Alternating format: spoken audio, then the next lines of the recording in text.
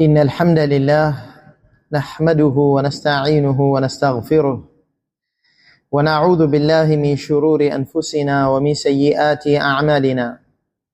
من يهده الله فلا مضل له ومن يضلل فلا هادي له. وأشهد أن لا إله إلا الله وحده لا شريك له وأشهد أن محمدا عبده ورسوله صلى الله عليه وعلى آله وأصحابه وسلم تسليما كثيرا وبعد. Ndugu Islam, tukiwa tunaendelea na ukurasa wa 363 katika suratul Furqan, na biidhnillahi tabaraka wa taala leo tutakuwa na aya ya 40 mpaka aya 43. Allah subhanahu wa ta'ala baada ya kuzungumza nyumati zilizopita namna alivyoziangamiza, akaanza kuwaelekea Makuraishi, na Makuraishi sasa wanahusika na ujumbe wa huyu mtume wa mwisho ambaye amekuja taja adhabu za waliopita, na kwamba Makuraishi licha ya kuelezwa katika Al-Qur'an, bali pia na macho yao yanashuhudia wanaposafiri huku na kule, huona athar za miji iliyoangamizwa. Walaqad atau ala alqaryati allati umtirat matara as-saw. Allah anasema na kwa yakini kabisa wamekuja na wakapita katika mji ambao ilinyeshezwa mvua mbaya kabisa juu yao. Maana haikuwa mvua ya maji, bali ilikuwa ni mvua ya mawe, na ndio maana Allah akaita matara as-saw. Afalam yakunu yarawnaha, hivi basi hawakuwa wenye kuona mji huo? Bal kanu la yarjuna nushura, bali wao wamekuwa hawatarajii kufufuliwa. Hawa ni Quraysh wanaozungumzwa hapa, ambao wamemkadhibisha mtume sallallahu alayhi wasallam. Walaqad ata almukaththibuna min qaumika fi dhahabihim ila ash-shami ila qaryati qaumi lut allati umtirat bilhijarati iqaban laha ala fi'li alfahishati liya'tabiru. Allah anasema na kwa yakini kabisa wale waliokadhibisha katika kaumu yako ya Rasulullah, katika kwenda kwao Sham, wamepita katika ule mji ambao ni mji wa qaumi Lut, mji ambao umeletewa mvua ya mawe iwe ni adhabu kwa ajili yao juu ya kutenda kile kitendo kichafu kabisa, kitendo kile cha kaumu Lut. Wameadhibiwa wale liya'tabiru, ili wanufaike wengine kwa kupata mazingatio. Hawa Makuraishi si wanapita umo, wanatakiwa wapate mazingatio. Afa'amu an hadhihi alqaryati falam yakunu yushahidunaha la bal kanu la yatawaqqa'una ba'than yuhasabuna ba'dahu. Hivi wamepofuka kiasi ambacho wamekuwa hawauoni ule mji wanaouendea, mpaka ikawa hawauoni? Ni upofu umewasibu? Hapana, sio hilo, bali wao wamekuwa hawatarajii jambo la kufufuliwa, wakahisabiwa baada ya kufufuliwa huko. Wao wamepoteza iman katika nyoyo zao za kuamini kwamba iko siku watafufuliwa. Hii ni miji ya Sodom, na wengine wanasema sio dal bali ni dhal, Sadhum, kama alivyosema Al-Alusi rahmatullahi alayhi. Al-Alusi anasema Sadhum ni mji mkubwa zaidi kati ya ile miji ya kaumu Lut, ambayo au mji ambao umepewa jina la yule mhukumu anayehukumu pale, kiongozi aliye pale katika ardhi zile, kasababisha ile ardhi itwe Sadhum. Palikuwa na hakimu pale akiitwa Sadhum, na anasema bidhali almu'jama, jina lake ni kwa dhali yenye nukta juu. Ina maana ya kwamba anakusudia kutanabahisha Al-Alusi kwamba sivyo kama wasemavyo wengine Sadum, ingawaje Sadum ndio imekuwa mashuhuri zaidi kuliko Sadhum. lakini hilo ni jina. Ikhtilafu ikija katika jina, faida izingatiwe zaidi katika tukio. Sadhum hiyo kulingana na alivyosahihisha al-Azhari rahmatullahi alayhi, al-Alusi ameitegemea kauli ya al-Azhari na kwamba ardhi hiyo inaitwa Sadhum, na hata ikawa kuna mfano katika lugha ya Kiarabu unasema ajwaru min Sadhum, fulani ni dhalim zaidi kuliko Sadhum. Mtu anapokuwa dhalim, hana uadilifu, hupigiwa mfano juu ya kadhi huyo aliyekuwa akihukumu katika ardhi hizo za Sadhum huko nyuma. Kwa hiyo ardhi hiyo kaiangamiza Allah azza wa jalla kwa mvua ya mawe, na vilikuwa ni vijiji ama miji minne ndio iliyoadhibiwa, na watano ambao ukiitwa Sughar, huo ndio peke yake uliokolewa na adhabu kwa sababu haukuwa ukifanya machafu hayo. Na hiyo ni kauli imesimuliwa kutoka kwa Ibn Abbas radhiyallahu anhu wa ardah. Lakini kiujumla ni kwamba ardhi zimeadhibiwa hizo, na mpaka zikapoteza sifa fulani, sifa za uzuri. Kwa mfano, hata maji yanayopatikana sehemu hiyo yanaitwa Dead Sea, yani al-Bahru al-Mayyit, bahari iliyokufa, chumvi nyingi sana, kiumbe hai haishi, na ardhi imepoteza baraka na maji yake yakapoteza baraka kwa kitendo cha uasi kabisa ambacho pengine leo unaweza ukawakuta wanadamu wanakitenda, na inasikitisha zaidi kama watatokea na Waislamu kutenda. Kitendo cha kaumu Lut ni kitendo kibaya. Kitendo hichi kimesababisha adhabu zile ziteremke pale mahala. Allahu azza wa jalla anasema afalam yakunu yarawnaha, hivi hawa makureish hawakuwa wanauona ule mji? Wanapita hawauoni? Hawaoni athari za adhabu? Uona, wanaona. Ndio maana likaja neno bal lilidrabi liintiqali. Allah anataka kutuhamisha tufahamu kwamba sio kutoona ndio kulowafanya wakadhibishe, bali nyoyo hazijaiona akhira zikaiamini. Moyo unauoni nao, lakini uoni huo unaitwa yaqeen, uoni huo unaitwa albasira. Na albasar ni uoni wa macho, na albasiratu ni uoni wa moyo. Ina maana ya kwamba hawa hawakupofuka katika albasari yao ikawa hawajauona mji wameuona, lakini wamepofuka katika albasira kiasi ambacho akhira wakawa hawaioni. Bali wao walikuwa la yarjuna nushura, hawatarajii jambo la kufufuliwa. Wengine wamelifasiri neno arraja kwa maana ya hofu. Ina maana ya kwamba wao wanaona kwamba neno arraja min al-addadi ni katika yale maneno yenye maana fulani na maana kinyume.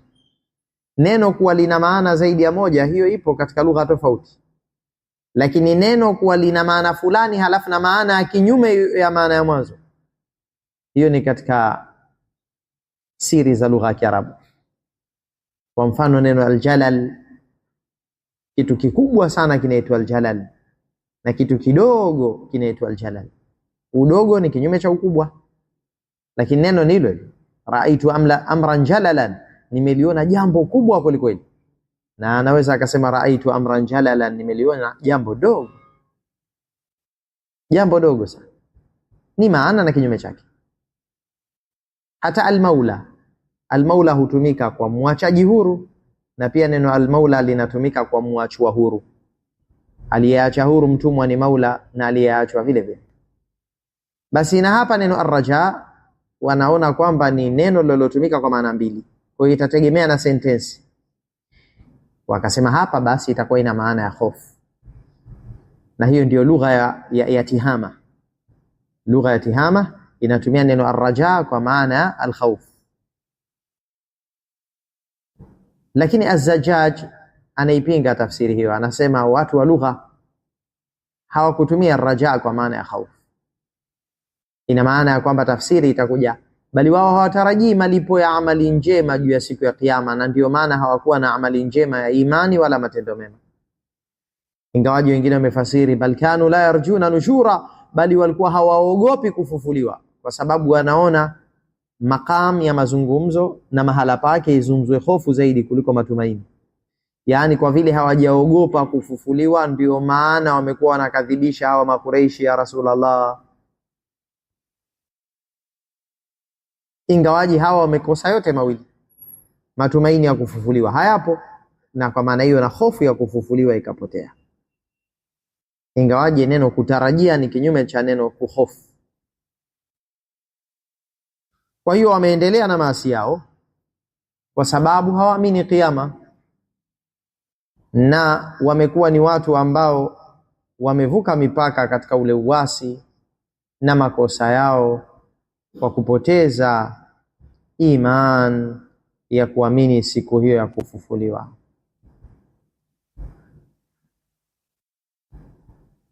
Kisha Allah azza wa jalla akasema, wa idha ra'awk in yattakhidhunaka illa huzwan ahadha alladhi ba'atha Allahu rasula.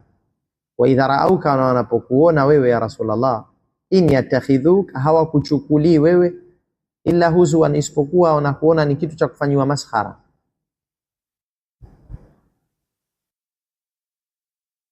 In ya hapo ni in ya kukataa, in mafia, in nafiyatun. Nafiyah manake inakanusha. In yattakhidhunak, hawakuchukulii wewe, illa huzwan, isipokuwa wanaona ni kitu cha kufanyiwa maskhara. Hawakuchukui kama ni mtu muhimu, bali wanakuchukua kama ni mahalla alhuz'i wasukhriya. Ahadha alladhi ba'atha Allahu rasula, wanasema hivi, huyu kweli Allah akamtume ndo awe mjumbe wa kubeba utume wake? Basi Allah mtume huyu awe ndo rasula? Huyu hafai kuwa rasul. Hata ingekuwa pana rasul, basi ilikuwa awe mwingine. Wao wanasema rasul hayupo kabisa, lakini kama ingekuwa Allah anataka kutuma rasul, hatakuwa ni huyu, hatakuwa ni huyu. Na neno huzwan asili yake ni masdar. Masdar maana yake kufanya mzaha, lakini kama utaifasiri katika lugha ya Kiswahili, hawakuchukui wewe isipokuwa kufanya mzaha, ujumbe haunyoki. Ndipo waliposema kwamba qad yutlaqu almasdaru wa yuradu bihi ismu almaf'ul, inaweza ikatumika almasdar na ikakusudiwa ismu almaf'ul, kama alivyosema Mtume sallallahu alayhi wasallam, man amila amalan laysa alayhi amruna fahuwa rad, ay mardudun alayhi. Atakayefanya amali ambayo haipo katika dini yetu, amali ya uzushi, fahuwa raddun, basi amali hiyo itarejeshwa kwa mtenda wake, haikubaliwi mbele ya Allah. Huwezi kufasiri raddun basi ni kurejesha, maana hinyoki. Fahuwa raddun kwa maana ya mardud. Kwa masdar hutumika ikawa ina maana ismul maf'ul. Na hapa wakaifasiri hivi, wa idha ra'awka in yattakhidhunaka illa mahzuwan bihi. Neno huzwan wakalifasiri mahzuwan, mfanyiwa maskhara na istihzai. Au wakasema kama masdar hatutoifasiri kwa mpito wa ismul maf'uli, basi tuseme kuna mudhafi imeondolewa. Ina maana ya kwamba mudhafi itakuwa neno mahalla. Wa idha ra'awka in yattakhidhunaka illa mahalla huzwin, wanapokuona hawakuchukulii ila wanaona hapa mahala panastahiki maskhara. Hapa neno mahali katika lugha ya Kiarabu linaweza kutumika hata kwa mtu, kwa sababu mahal ni mahallul hululi, makanul hulul ni pale mahala ambapo kitendo kinatuka juu yake. Mwanadamu anaweza akaitwa mahallu hishmatin, yani huyu ni kiumbe ambapo kwake yeye hupatikana na hutuka tukio la kuheshimiwa. Kwa maana hiyo basi Mtume alayhi salatu wassalam wamemchukulia kama ni kitu cha maskhara tu, ilhali ya kuwa wao ili wathaminike mbele ya Allah wamheshimu mtume huyu, wampende, wamfuate. Wa idha qabalaka ayuha ar-rasul haula'i al-mukaththibuna sakhiru mink qailina ala sabili al-istihza'i wal-inkar ahadha alladhi ba'athahu Allahu rasulan ilayna. Na wanapokabiliana na wewe hawa wanaokukadhibisha, wanakufanyia maskhara, hali yako wanasema katika namna ya kukufanyia istihza'i na kukupinga, wanasema hivi, huyu Allah ndo akamtume awe mjumbe na mtume aliyeletwa kwetu? Kweli inaingia akilini Muhammad basi ndo awe mtume? Wanamkataa na kufanya jeuri kama hiyo. in kada la yudilluna. Sasa hivi in imekuja mukhaffafatun min athqila, asili yake innahu, tofauti na in iliyokuja katika aya ya nyuma, in yattakhidhunak, in ya pale ya kukanusha, kwa maana ma yattakhidhunaka. Kwa in ya aya ya nyuma ni nafiyatun, na in ya hapa ni mukhaffafatun min athqila. Na katika lugha ya Kiarabu neno innahu linaweza likachukuliwa neno innahu ikaondolewa hau dhamiri ambayo ni hau shani hiyo, alafu ikaondolewa na shadda pia katika innahu mpaka kiasi ambacho in ikabakia ina sukuni.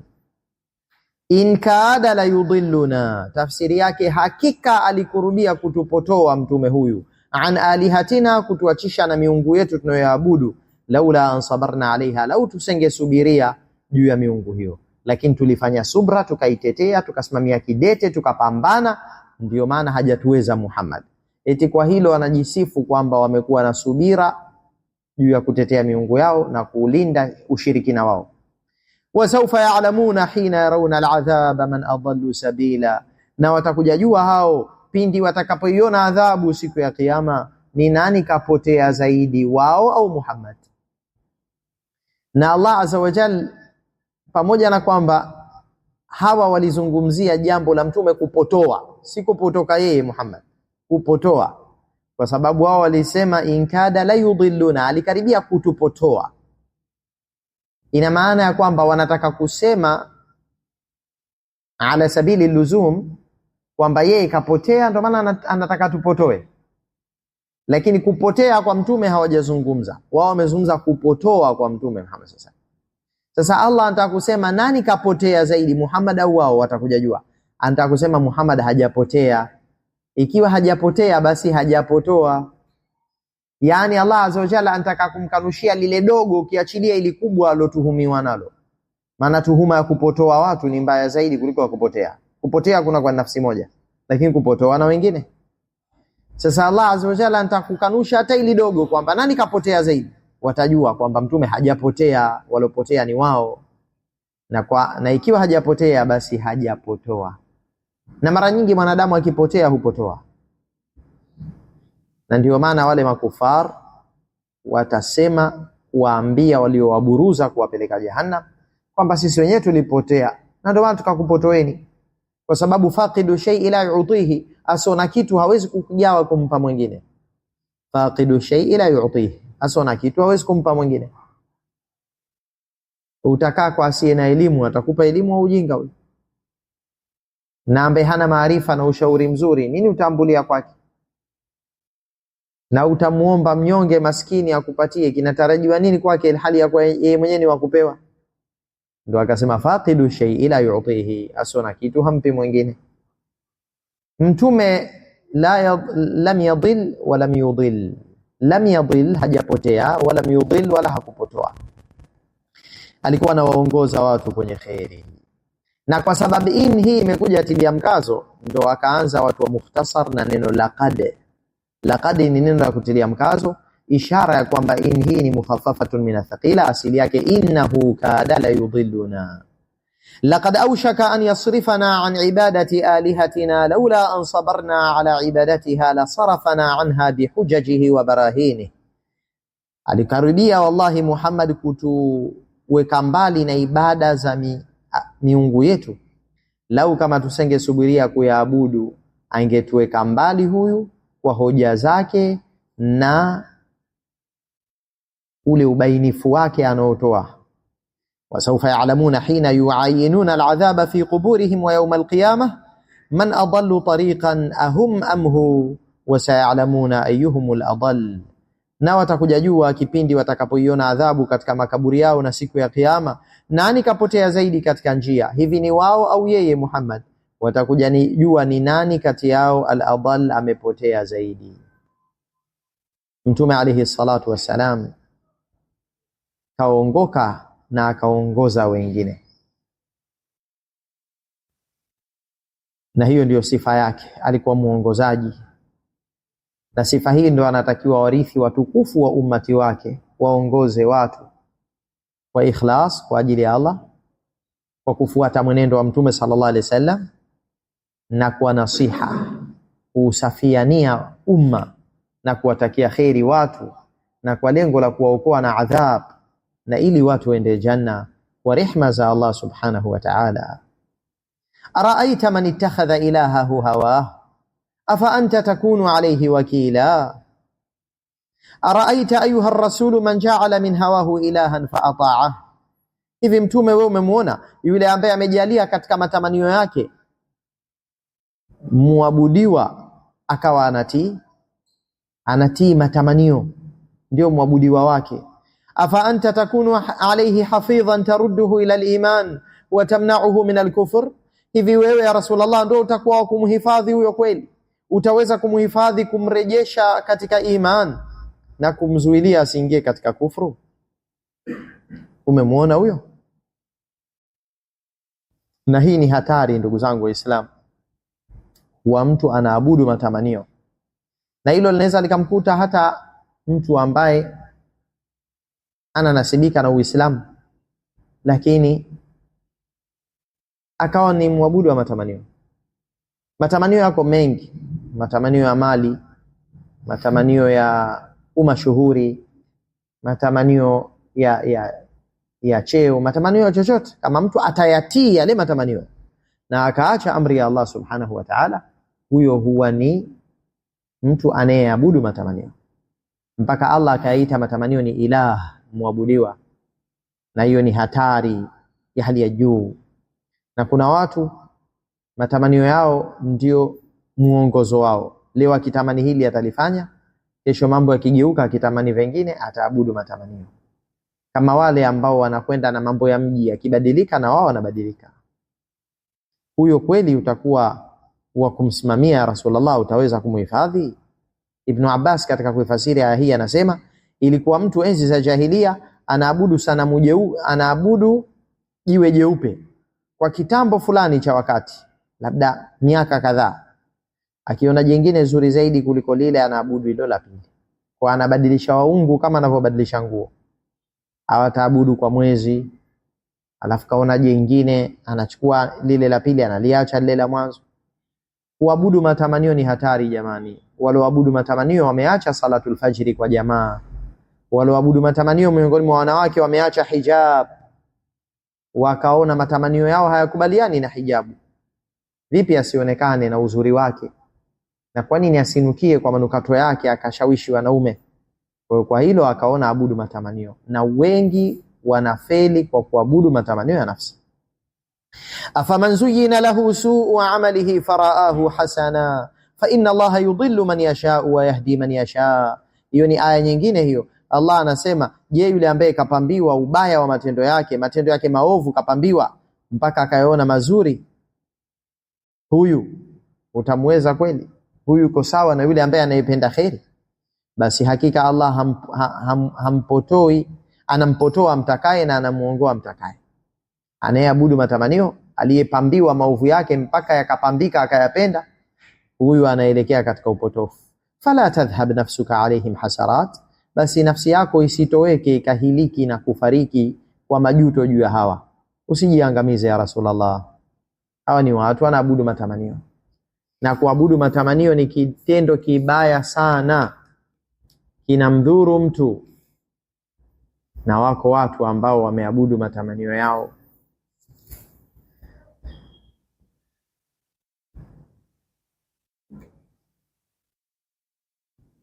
Na maulama wakasema aya hii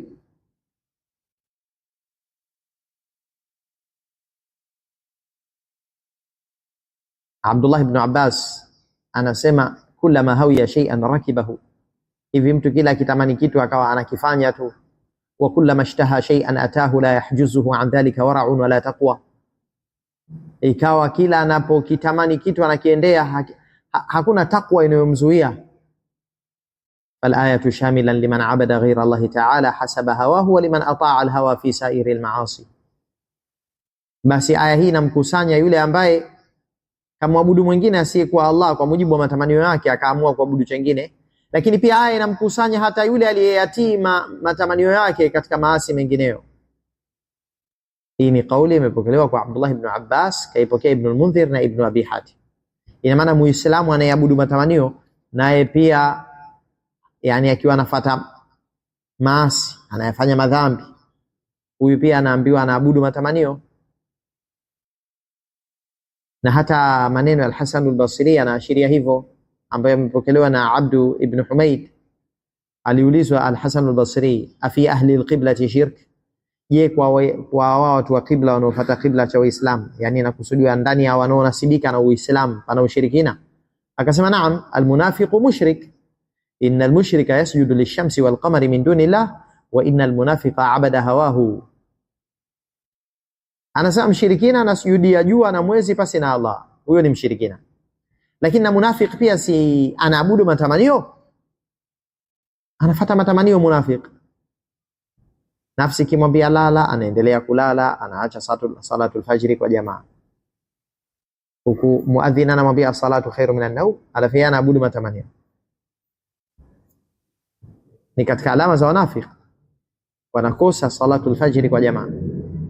Huyu kwa mujibu wa Al-Hasan al-Basri, naye ana aina fulani ya shirki, ule kutii nafsi na kuiabudu nafsi na matamanio yake, akaacha kuitikia wito wa muumba na amri ya Mola. Huyu tayari naye kashaingia kwenye aina hiyo fulani ya shirki. Japo huyu Muislamu naye anaweza akawa anatii matamanio ya nafsi yake kutokana na udhaifu wa imani.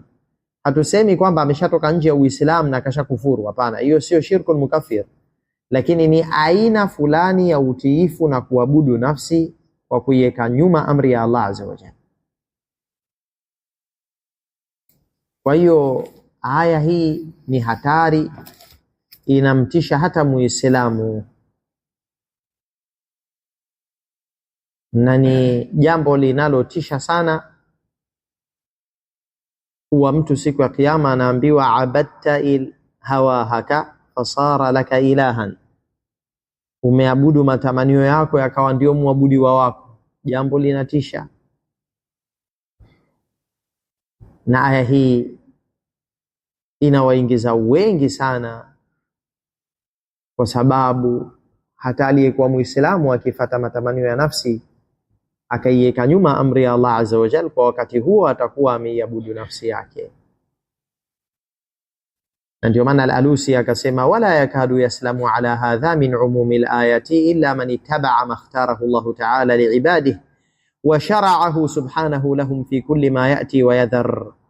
Wala hasalimiki kulingana na ujumla wa aya hii, hasalimiki na aya hii ila yule ambaye kafuata yale ambayo Allah amemchagulia na yale aliyoweka Allah katika sheria, katika kila anayoyaendea na anayoyawacha. Yani we Muislamu, kila amri ya Allah anaiendea na kila katazo lake analiwacha. Huyu anatarajia kuokoka na aya hii. Vinginevyo aya itawakusanya wengi mno wanaoabudu matamanio ya nafsi zao, iyadhan billahi min dhalik. Hizi ndio ayat katika ukurasa wa 363. Na miongoni mwa faida tunazozipata katika ayati hizi ni kwamba al-kufru billahi wa takdhibu bi ayatihi sababu ihlaki al-umam. Kumkufuru Allah azza wa jalla na kukadhibisha aya zake ndio sababu ya kuangamizwa mataifa mbalimbali. Faida nyingine, ghiyabul imani bil ba'thi sababu adami al-itti'af. Kutoamini kufufuliwa ni sababu ya kutowaidhika. Mtu hawaidhiki na mawaidha wala haogopi kwa sababu haamini kufufuliwa. Na ndio maana Allah akasema bal kanu la yarjuna nushura. Faida nyingine, as-sukhriyatu bi ahli al-haqqi sha'nul kafirin. Kuwafanyia kejeli na istihzai watu wa haki, hiyo ndio shani na ada ya makafiri. Na faida nyingine, khataru ittiba'i al-hawa, hatari ya kufuata matamanio. Kufuata matamanio mwisho wake ni jahannam. Ndugu zangu Waislamu, kufuata njia ya subra mwisho wake ni janna, na kufuata matamanio mwisho wake ni jahannam. Matamanio ni kama asali, yanaishia kwa shubiri, na subira ni shubiri inayoishia kwa ni asali. As-sabru sabirun wa nihayatuhu asal, wal hawa asalun wa nihayatuhu sabir. Matamanio mwanzo wake ni asali, mwisho wake ni chungu kama shubiri, na subira mwanzo wake ni kama shubiri na mwisho wake ni asali. Na angalia namna subira ilivyokuwa chungu. Hata lugha ya Kiarabu imetumia herufi tatu hizo hizo katika neno subira na shubiri. Na hata Waswahili neno shubiri ukilichukua na neno subira liko karibu, kwa sababu Kiswahili kinaibaiba. Asabru ni subira na asabir ni shubiri. Asadu walba'u warra, tofauti ni herufi ya kati tu alba. Kwenye subira ba ina sukun na kwenye shubiri ba ina kasra. Asabru sabir, subira ni shubiri. Wa nihayatuhu asal, na mwisho wake ni asali. Wal hawa ala al-aksi min dhalik, na matamanio yako kinyume na hivyo, yanaanzia matamu kama asali, mwishowe balaa na uchungu kama shubiri. Iyadhan billahi min dhalik. Wangapi wamegugumia machungu ya matamanio yao duniani, na akhira machungu yake ni makubwa kabisa, ila watakapojiwahi wakakimbilia rahma za Allah. Wa akhiru da'wana anil hamdulillahi rabbil alamin.